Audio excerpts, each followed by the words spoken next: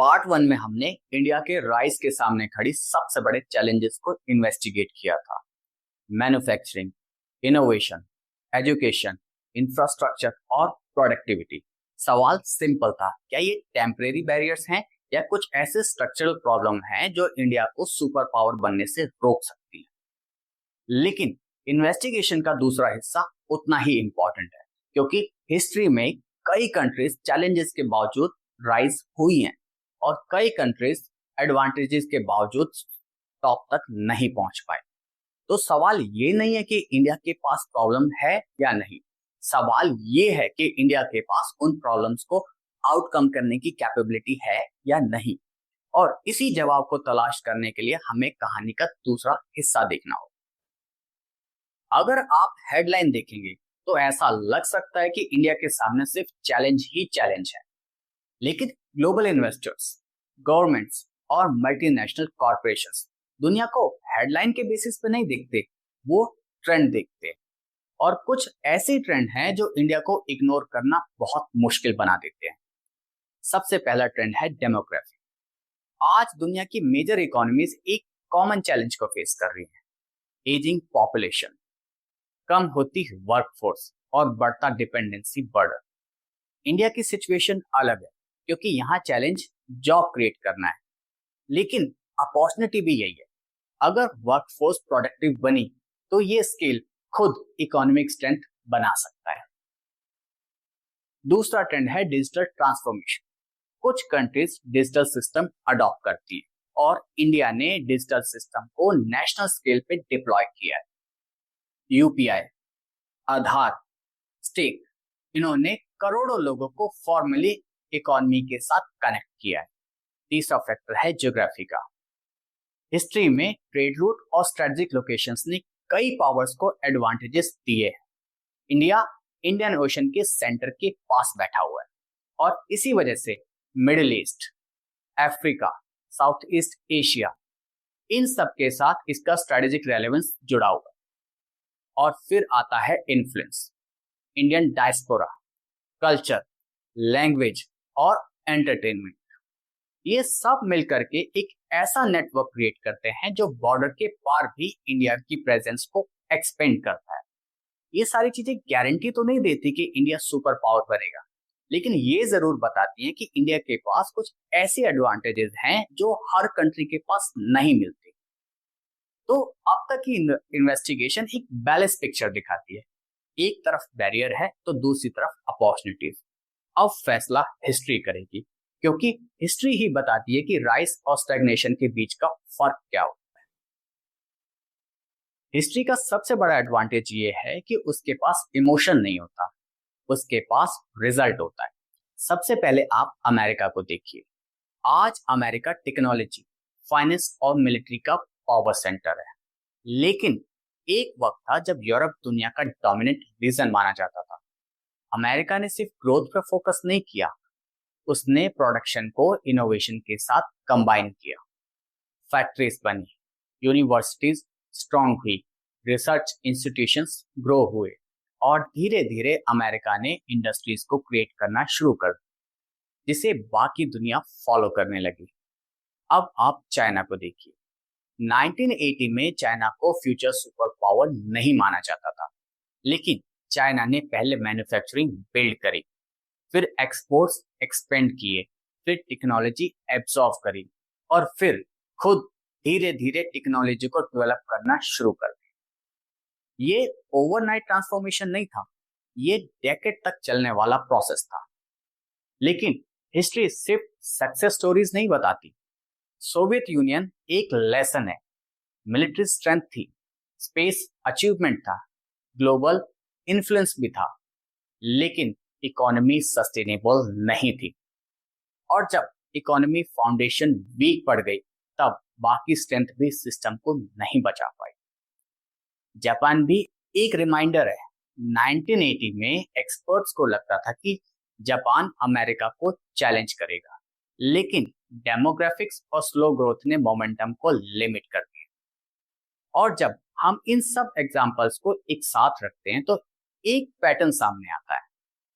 History population को reward नहीं करती, हिस्ट्री स्लोगन्स को रिवॉर्ड नहीं करती, हिस्ट्री कैपेबिलिटी को रिवॉर्ड करती है। Manufacturing capability, innovation capability, educational capability और इकोनॉमिक कैपेबिलिटी।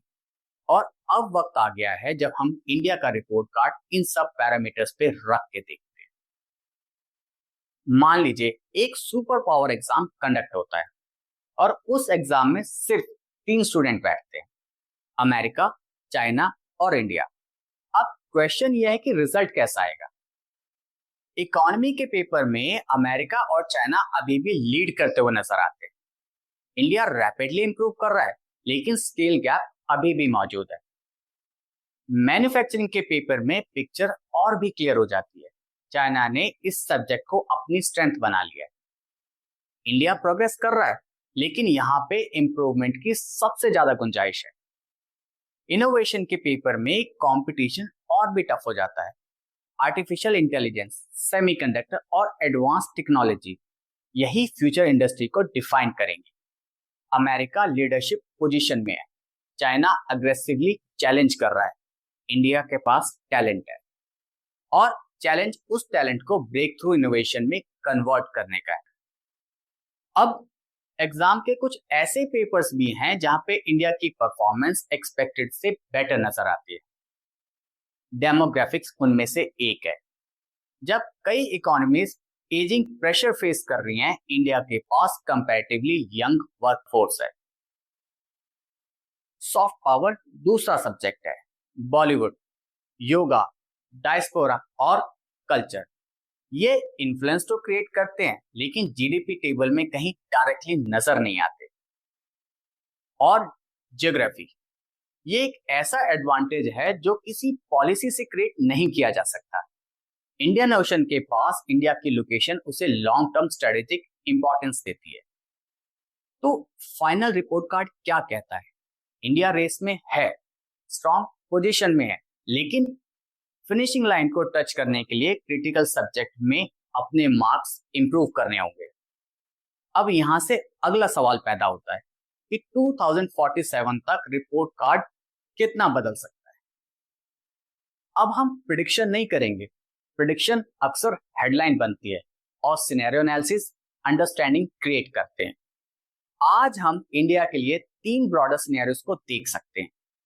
पहला, यहां पे मैन्युफैक्चरिंग एक्सपेंड होती है, इनोवेशन इकोसिस्टम स्ट्रॉन्गर होता है, एजुकेशन आउटकम इंप्रूव होते हैं, इंफ्रास्ट्रक्चर बॉटलनेक रिड्यूस होता है और डेमोग्राफिक एडवांटेज प्रोडक्टिविटी ग्रोथ में कन्वर्ट हो जाती है।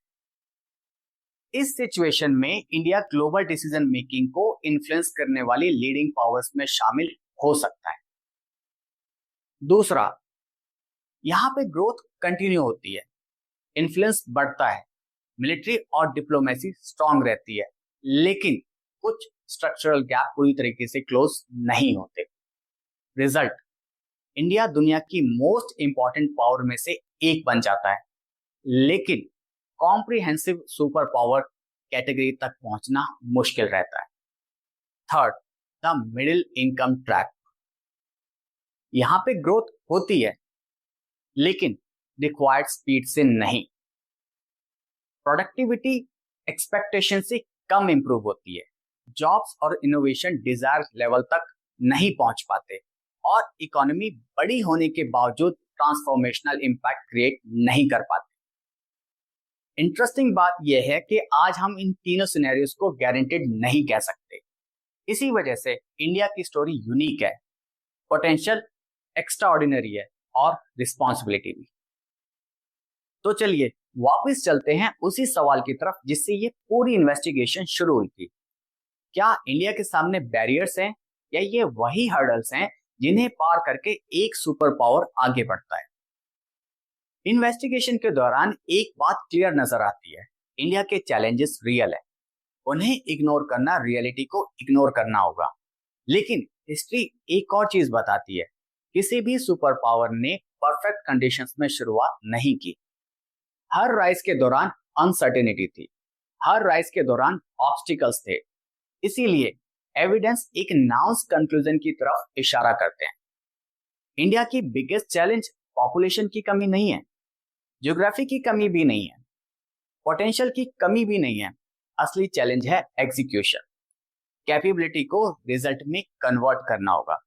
यही फैक्टर डिसाइड करेगा कि 2047 तक इंडिया किस पोजीशन में खड़ा है।